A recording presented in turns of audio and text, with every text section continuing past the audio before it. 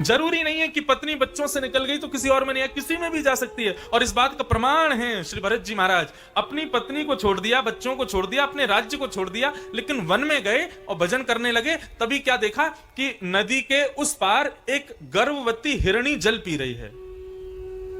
तभी शेर ने धाड़ मारी और शेर की धाड़ सुनकर के भयभीत होकर के वो हिरणी नदी में कूद गई। और नदी में कूदते ही भय के कारण उसके प्रसव ने वहीं जन्म ले लिया, नदी के बीच में। और भरत जी ने यह दृश्य देखा। भरत जी तुरंत नदी में कूदे और नदी में जाके हिरणी को तो बचा नहीं पाए, उसके बालक को बचा लिया और बचा करके लाए। उसको पहुंच करके उसको बढ़िया व्यवस्थित करके उसको अपने कक्ष में ले आए, अग्नि जला करके उसको तपाया। अब कुछ दिन उसकी सहायता करते, कुछ दिन उसकी देखभाल करते तो ठीक, लेकिन भरत जी महाराज तो पुत्र की भांति आसक्त हो गए उसमें। आसक्ति कभी भी किसी में भी आ सकती है। भरत जी ने अपने परिवार को छोड़ दिया, राज्य को छोड़ दिया, पत्नी बच्चों को छोड़ दिया, लेकिन एक हिरण के बालक में आ गए जो अपनी जाति का नहीं, अपने कुल का नहीं, मानव भी नहीं है। उस हिरणी में, उस हिरणी के बालक में भरत जी का मन लग गया।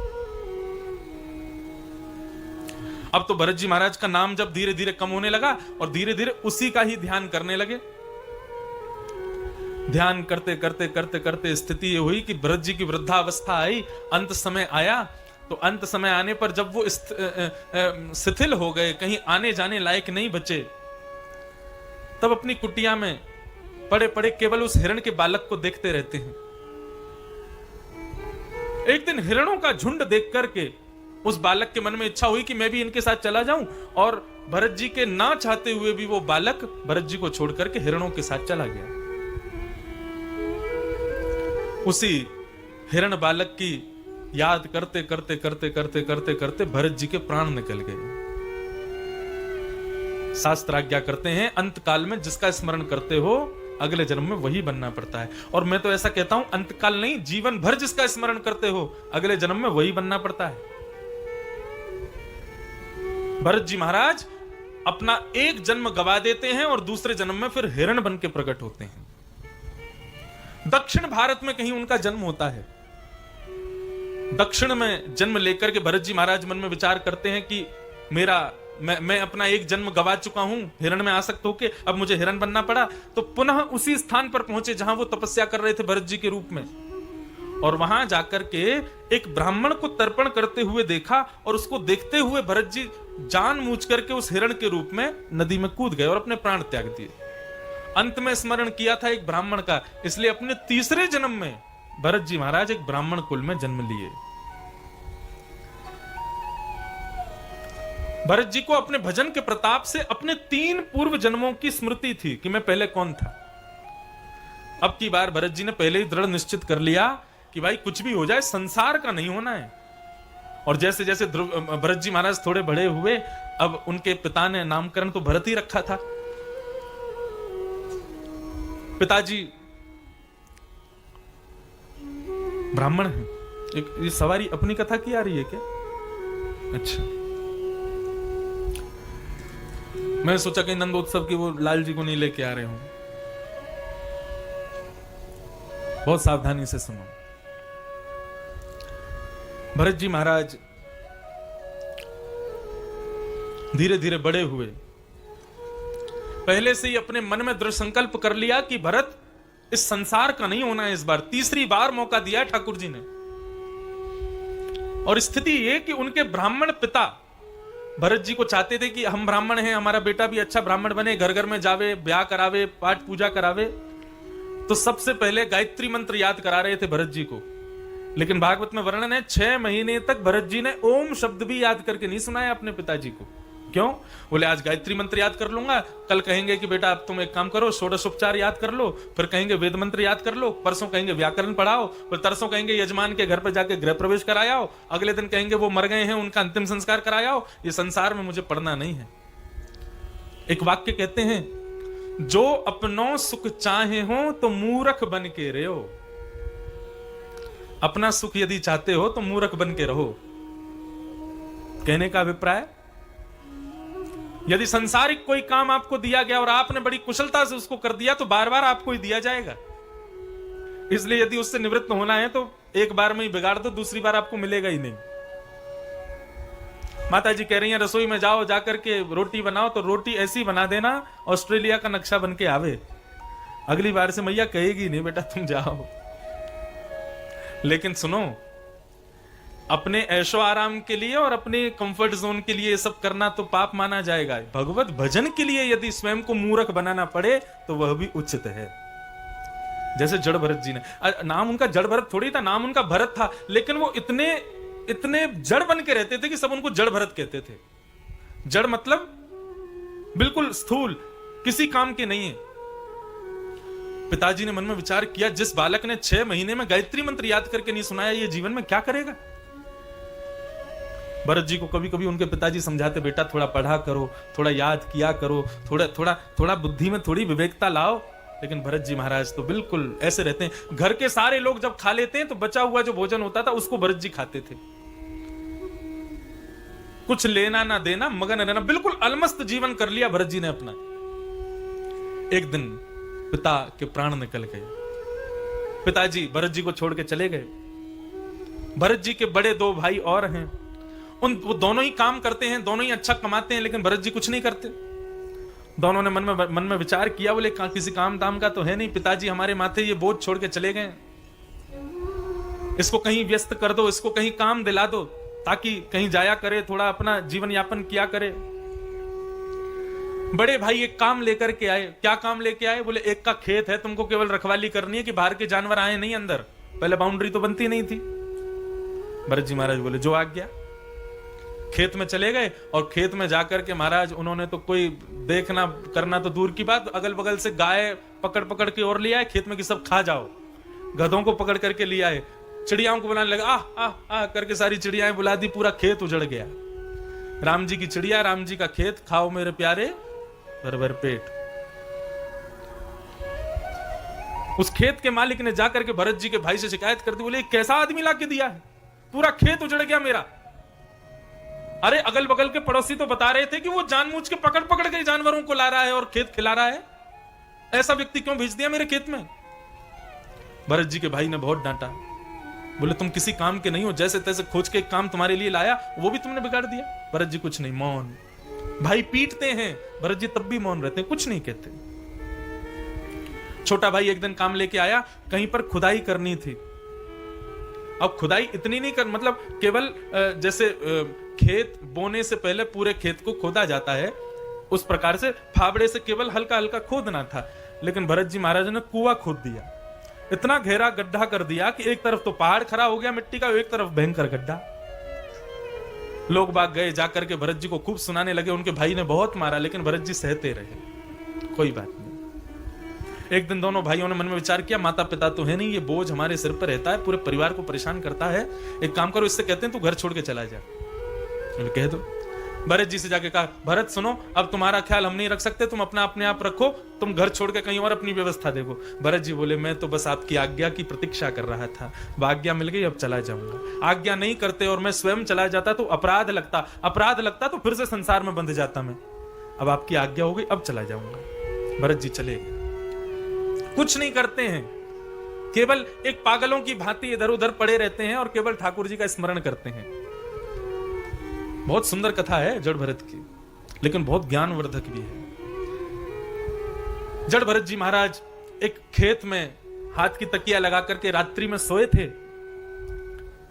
तभी पास के गांव में आदिवासी लोग अपनी देवी को, कुल देवी को प्रसन्न करने के लिए बलि चढ़ा रहे थे एक मानव की। अब मानव की बलि चढ़ा रहे थे तो उसको निला के धुला के तैयार करके उसके 56 भोग खिला करके उसको बलि के लिए ले जाने वाले थे, ना जाने कैसे वो सबसे छूट के वहां से भाग गया। सब लोग उसको पकड़ने के लिए पीछे पीछे भाग गया, वो तो इतनी जोर से भागा कहीं जाकर के छुप गया। अब ये लोग दौड़ते दौड़ते गए तो खेत में होकर के निकले तो भरत जी से टकरा के सब लोग गिर गए। सबने देखा कौन है कौन है, तभी थोड़ा प्रकाश करके देखा तो वहां भरत जी महाराज लेटे हुए थे। तो सबने विचार किया, वो बलि का बकरा तो भाग गया, इसको पकड़ ले चलो, ये बढ़िया है। भरत जी को उठाया, ले गए, भरत जी चल दिए उनके साथ, नदी में स्नान कराया, सुंदर पोशाक पहनाई, सुंदर इत्रादि लगाया। भरत जी बड़े प्रसन्न, वाह कन्हैया आज तो बड़ी कृपा कर रहा है, कहां 6 दिन से हमको पानी भी नहीं मिला था नहाने के लिए, आज इतने सारे लोग भेज दिए नहलाने के लिए। भरत जी के सामने 56 भोग रख दिए गए, भाई खूब पाओ प्रेम से, भरत जी खूब खामे। बोले हे नाथ, तेरी बड़ी कृपा है मेरे ऊपर। कहां तो जला हुआ झूठा भोजन खाता था, आज देख क्या 56 भोग मिले हैं। हे ठाकुर जी, बड़ी कृपा। भरत जी को तैयार करके तिलक आदि लगा करके 4 लोग पकड़ करके ले गए और ले जा करके काली के मंदिर में उनको बिठा दिया। काली मैया को देखा, जीव निकाली बाहर, लाल लाल जीव, काली मैया खड़ी हैं। भरत जी उनमें भी ठाकुर जी का दर्शन कर रहे हैं। वाह कन्हैया, तेरा ये रूप भी कितना अद्भुत है। हाथ में तलवार लिए, ये लाल लाल जीव, क्या सुंदर लग रहे हो, अद्भुत। इतने में ही वो कोल भी लाए और तलवार उठा करके बोले, तुम्हारी कोई अंतिम इच्छा हो तो कर लो, हम तुम्हारी बलि चढ़ाने वाले हैं। भरत जी महाराज बोले, तो ये इतना निलाना दुलाना भोजन इसलिए हो रहा था? भरत जी के नेत्र सजल हो गए और भरत जी ने हाथ जोड़ करके कहा, हे कन्हैया, मुझे मृत्यु से भय है ऐसी बात नहीं है, मैं मरने को तैयार हूं, लेकिन मुझे भय इस बात का है कि मैं तीसरी बार अपनी आपकी प्राप्ति का जो साधन मुझे मिला है, मैं इसको गवा दूंगा। बचपन से आज तक मैं एक जड़ बन करके रहा ताकि संसार में फंस ना जाऊं, परंतु जैसी आपकी इच्छा। और तभी काली मां के रूप को देख करके भरत जी कहते हैं, कुपुत्रो जायेत क्वचिदपि कुमाता न भवति। पुत्र कुपुत्र हो सकता है, लेकिन एक मां कुमाता नहीं हो सकती। यदि मेरे बलि देने से, मेरे सिर कट जाने से आप यदि प्रसन्न होते हो तो मैं अपना सर आपके चरणों में रखता हूं। और श्री जड़ भरत जी ने स्वयं को अर्पित कर दिया ठाकुर जी के सम्मुख। जैसे ही सारे कोल भील तलवार लेकर के भरत जी का सर धर से अलग करने लगे, सामने जिस दुर्गा मैया की, काली मैया की जो प्रतिमा थी, चटकने लगी और सहसोच्चाट देवी भद्रकाली प्रकट हो गई वहीं पर। और प्रकट होकर के सारे कोल भीलों के सर धर से अलग कर दिए। भरत जी जीवित बच गए। भरत जी महाराज नीचे सिर करके बैठे थे। थोड़ी बहुत देर बाद देखने लगे, बोले अभी तक गला कटा नहीं मेरा, अभी तो ठीक है। उठ करके जैसे देखा तो सारे मरे पड़े थे और सामने काली मैया साक्षात खड़ी थी। भरत जी ने चरणों में प्रणाम किया, बोले धन्यवाद मुझे एक और मौका देने के लिए, और प्रणाम करके तुरंत वहां से चले गए। सिंधु सौवीर नदी के किनारे जाकर के, सिंधु नदी के किनारे जाकर के भरत जी बैठ गए। वहीं एक देश था सौवीर देश। उस सौवीर देश के राजा थे राजा रहुगण।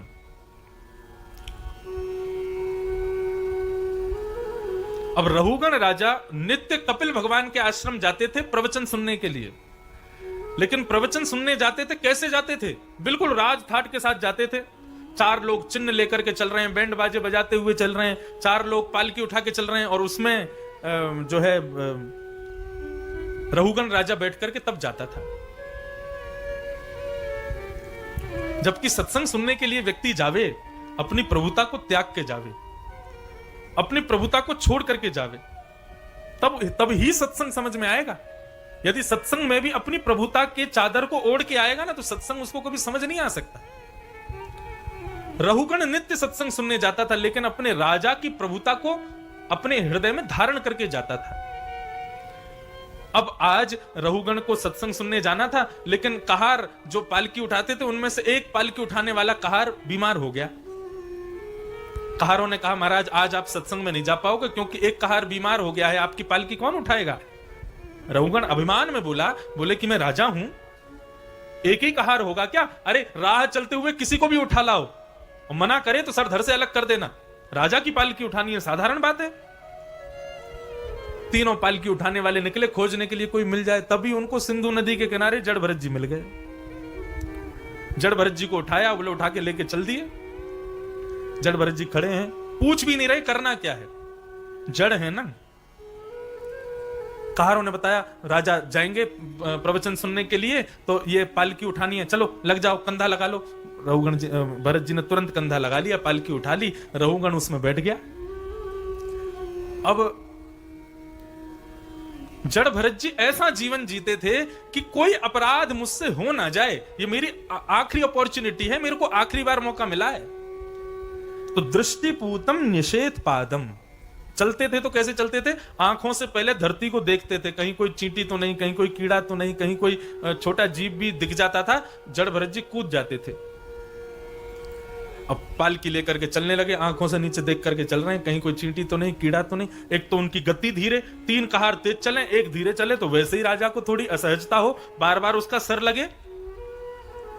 लेकिन तभी क्या हुआ, चींटियों का बहुत सारा झुंड आया और चींटियों के झुंड को देख करके जड़ भरत जी महाराज जोर से उछल गए। अब जैसे ही उछले तो कंधे पर जो पालकी थी वो पालकी हाथ से छूट गई, पालकी नीचे गिरी तो राजा के सिर में चोट लगी। अब तो राजा बाहर निकल करके आया, ताम्र वर्ण हो गया राजा का, और बोले किसने की है हरकत, मुझे बताओ, मैं उसको दंड दूंगा, मैं उसको शापित करूंगा, मैं उसको आज ही मृत्यु के हवाले कर दूंगा।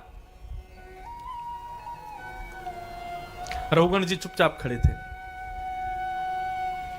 रघुगण जी के मन में, जड़ भरत जी के मन में एक भाव आया कि ये नित्य प्रवचन सुनने के लिए जाता है, लेकिन इतना अभिमान इसके हृदय में है। मन में विचार करने लगे कि भगवत आश्रित व्यक्ति इतना अभिमानी है, और ये अभिमान देख करके भी यदि मैं शांत रहा तो मुझे अपराध लगेगा। आज तक जड़ भरत जी किसी से नहीं बोले, लेकिन रघुगण के अभिमान को देख करके आज जड़ भरत जी बोले, यदि आज मैं शांत रहा तो मुझे दोष लगेगा। और आज जड़ भरत जी ने जो ज्ञान उपदेश किया है रघुगण को, अद्भुत है। क्या कह रहे हैं, बहुत सुंदर बात। त्वयोदितं व्यक्तम विप्रलब्धम भर्तु समेशाद्यदि वीरभार गन्तुर्यदि स्यादधिगम्य मध्वा पिबेति राशो न वेदाम प्रवाद। राजा, आपने अभी बहुत सारी बातें मुझसे कही। आपने कहा कि मुझे बहुत भार लग रहा होगा, मैं आपकी पालकी उठा करके चल रहा हूं, मेरे कंधे में बहुत पीड़ा हो रही होगी, और मैं तो बड़ा पतला दुबला हूं, जबकि मेरा शरीर बहुत मोटा है, मैं जानता हूं। लेकिन फिर भी आप मेरे को व्यंग में कह रहे हो कि मेरा शरीर बड़ा पतला है, अकेला मैं ही पालकी उठा रहा हूं। मतलब रघुगण ने जो जो बात कही, उन सब बातों को कहते हुए श्री जड़ भरत जी कहते हैं, बोले राजन, मोटा होना, पतला होना, भार लगना, निर्भार लगना, ये सब शरीर के धर्म होते हैं, आत्मा के नहीं। आत्मा कभी मोटी नहीं होती, कभी पतली नहीं होती, आत्मा को कभी कोई भार नहीं लगता। और आपकी दृष्टि में मैं देह हो सकता हूं, लेकिन मेरी दृष्टि में मैं एक स्वच्छंद आत्मा हूं, मुझे कोई बांध नहीं सकता, मैं आज तक नहीं बंधा। इसलिए ये जो बातें आप मुझसे कह रहे हैं ना, जो अपने आप को देह मानते हो, आप उनसे जाके कहिएगा, मुझसे मत कहिए, क्योंकि मैं एक नित्य मुक्त शुद्ध आत्मा हूं। मुझे ना भार लगता है, ना मैं मोटा होता हूं, ना मैं चलता हूं, ना मुझे किसी भी प्रकार का कोई बोझ लगता है। ऐसा ज्ञान उपदेश किया जड़ भरत जी ने, वो रघुगण चुपचाप सुनता रह गया। 3 कहार बोले, ये तो हमको मूर्ख लगा था, ये तो हमको बिल्कुल ऐसा लगा था कोई पागल बैठा होगा, ये कहां से ज्ञान उपदेश कर रहा है। जड़ भरत जी ने बहुत सारी बातें कही, उन बातों को सुनकर के रघुगण राजा समझ गया कि ये साधारण नहीं है। रघुगण सत्संग तो सुनता था, लेकिन सत्संग जीवन में कभी उतारा नहीं था। आज जड़ भरत जी की बात सुनकर के रघुगण के मन में आया कि ये जरूर सत्संगी हैं, कहीं मुझसे कोई अपराध तो नहीं हो रहा। चरणों में प्रणाम करते हुए रघुगण ने निवेदन किया, ना हम विशंके शूरराज वज्रा नानत्र शूला नयमस्य दंडात् नागन्य करशो मनिल वितप्पा चक्रे वृषम ब्रह्मकुलावमानात्। हे महाराज, आप कौन हैं? आप साधारण नहीं हैं। मैं आपसे केवल इतना निवेदन करना चाहता हूं, कहीं आप कोई ब्राह्मण तो नहीं है? क्यों? क्योंकि मुझे इंद्र के वज्र से डर नहीं लगता, मुझे शंकर जी के त्रिशूल से डर नहीं लगता, मुझे ब्रह्मा के किसी भी प्रकार के प्रकोप से डर नहीं लगता, लेकिन किसी ब्राह्मण का मुझसे अपराध ना हो जाए, इससे मुझे बहुत भय लगता है। आप कौन हैं, मुझे बताइए भगवान। जड़ भरत जी बोले, मैंने अपना परिचय पहले ही दे दिया है, मैं नित्य मुक्त शुद्ध आत्मा हूं। लेकिन यदि शरीर का धर्म पूछ रहे हो तो मेरा नाम भरत है, लेकिन एक जड़ता के कारण लोग मुझे जड़ भरत कहते हैं। अब रघुगण यहां पर प्रश्न कर रहा है और श्री जड़ भरत जी उसका उत्तर दे रहे हैं। रहुगण ने प्रश्न किया, बोले आपने अभी अभी मेरे से एक बात कही थी कि आत्मा ना मोटी होती है, आत्मा ना चलती है, आत्मा को भार नहीं लगता। आप इतनी सारी बातें मुझसे अभी आत्मा के विषय में कह रहे थे और आप कह रहे थे आप एक नित्य मुक्त शुद्ध आत्मा हो, आप देह नहीं हो। तो भगवान मैं केवल इतना पूछना चाहता हूं, क्या शरीर पर हुई पीड़ा आत्मा को नहीं लगती? क्योंकि जैसे अग्नि पर हम पतीला रखते हैं, पतीले में पानी, पानी में चावल, अग्नि से पतीला गर्म होता है, पतीले से पानी गर्म होता है, पानी से वो चावल गर्म होता है, बन करके पक जाता है। तो क्या हमारे देह पर आई पीड़ा हमारी आत्मा को नहीं लगती? मुझे बताइए। जड़ भरत जी महाराज क्रोधित हो गए। अकोविदः कोविदवाद वादान वदस्य तो नाति वदाम वरिष्ठम न सूरयो ही व्यवहार में न तत्वावमर्शेन सहामनन्ति। राजन, तुम जो बात कर रहे हो ना, ये लोक व्यवहार धर्म की बात कर रहे हो, मैं अध्यात्म की चर्चा कर रहा हूं। सांसारिक उदाहरण को अध्यात्म मत दो। ये चावल बनना, पतीले का गर्म होना, पानी का उबलना, ये सब सांसारिक क्रियाएं हैं, इनको अध्यात्म में क्यों जोड़ते हो? और रही बात तो तुम्हारी बात की, तो मेरी बात सुनो।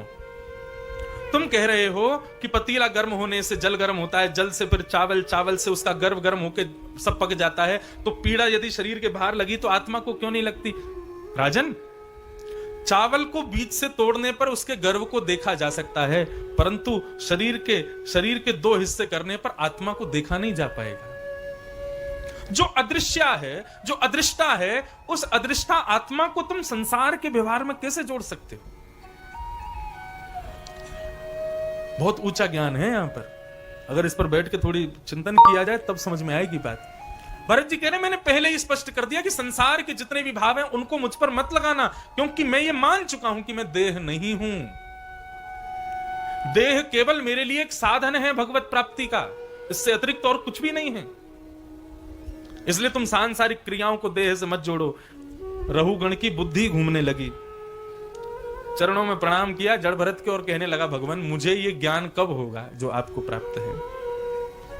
तब रहुगण को